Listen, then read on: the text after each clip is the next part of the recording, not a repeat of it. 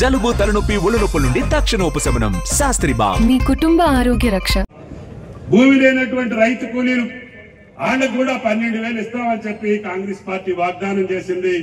వాళ్ళకు కూడా 26వ తారీఖున 20 రోజుల ఉపాధి హామీలో చేసినటువంటి నిరుపేదకి 6,000 రూపాయలు సంవత్సరానికి 12,000 ఆ కుటుంబానికి ఇస్తామని చెప్తే అది తప్ప అని చెప్పి అడుగుతున్నాం.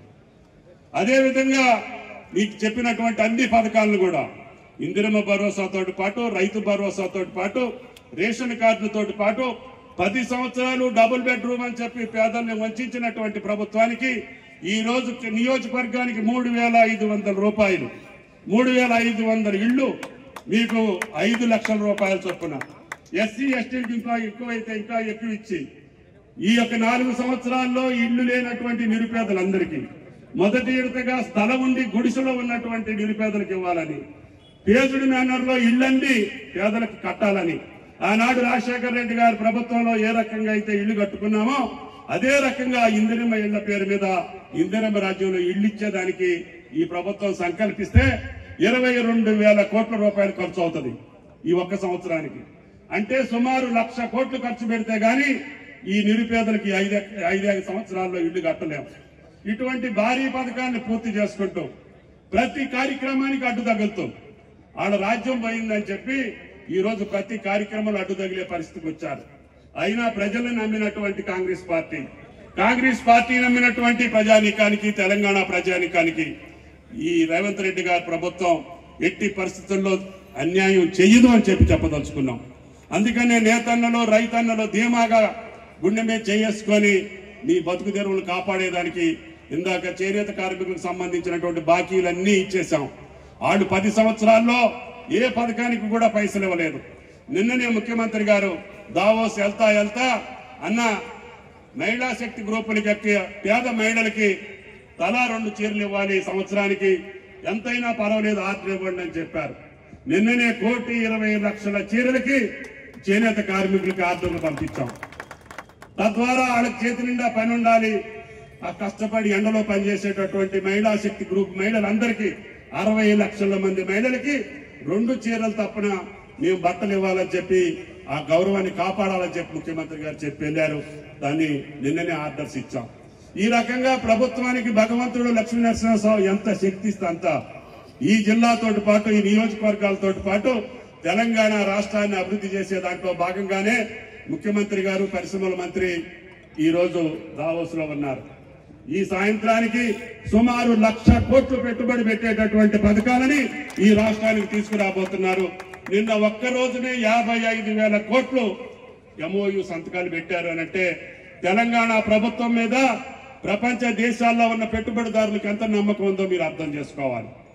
ప్రపంచ దేశాలన్నీ పోటీ పడేటటువంటి ఈ యొక్క కార్యక్రమంలో అందరూ తెలంగాణ వైపు చూసేటటువంటి పరిస్థితి వచ్చింది. కాబట్టి తెలంగాణ పచ్చబడటం వాళ్ళకి ఇష్టం లేదు. తెలంగాణ రైతు తెల్ల చొక్కా దొడుక్కోవడానికి వాళ్ళకి ఇష్టం లేదు. తెలంగాణ ప్రజలు చిరునవ్వుతో ఉండేదానికి వాళ్ళకి ఇష్టం లేదు. తెలంగాణ మహిళలు ఆనందంగా ఉండేదానికి వాళ్ళకి ఇష్టం లేదు. వాళ్ళ రాజ్యం పోయిందని చెప్పి, వాళ్ళ పదవులు పోయినాయి అని చెప్పి వాళ్ళ ఘోష ఈ దేశానికి అందరికీ చుట్టాలని చూస్తున్నారు. ఎక్కడ ఆందోళన లేదు, ఎక్కడ ఏ రకమైనటువంటి ఇబ్బందులు లేకుండా కష్టాల్లో నడిపేటటువంటి ఈ ప్రభుత్వానికి మీ అండ ఉన్నంత కాలం, మీ యొక్క నమ్మకం ఉన్నంత కాలం, మీ విశ్వాసం ఉన్నంత కాలం ప్రాణం తెగిచ్చైనా సరే మీ గౌరవాన్ని కాపాడుతామని చెప్పి మీకు ఈ సందర్భంగా మనం చేస్తున్నాం. కాబట్టి దయచేసి చిల్లర మల్లర వేషాలతో రాజకీయ పబ్బం గడుపుకోవాలనుకునేటటువంటి రాజకీయ ప్రతినిధులు వాళ్ళు ఆ రాష్ట్ర 10 సంవత్సరాల పాలనలో వాళ్ళు చేసినటువంటి నిర్వాహకం మన కళ్ళ ముందు ఉంది. ఈ రోజు రేపు రైతు దీక్షలో వాళ్ళు తలపెట్టే దీక్షలో మీరు అడగాల్సినటువంటి అవసరం ఉంది. అయ్యా మీ జీవిత కాలం 10 సంవత్సరాల్లో మీరు చేసినటువంటి రుణమాఫీ ఏంటి, మీరు ఇచ్చినటువంటి రైతు భరోసా ఏంటి, గత 5 సంవత్సరాల్లో రైతు భరోసా ఇవ్వకుండా అది కూడా మేము భరాస్తే దానికోసం మీరు దీక్ష చేస్తున్నారా?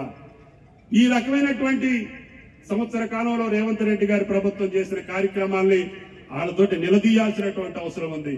రేపు దీక్షకు వచ్చేటటువంటి పెద్దలను అడగాల్సినటువంటి అవసరం ఉంది.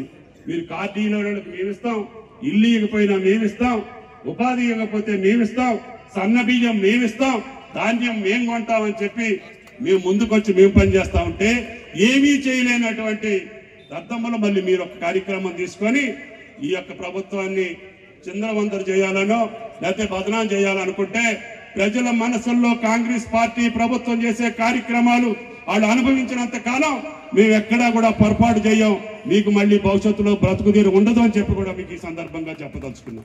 కాబట్టి దయచేసి ఇంకా రేవంత్ రెడ్డి గారి ప్రభుత్వాన్ని సహకరించండి.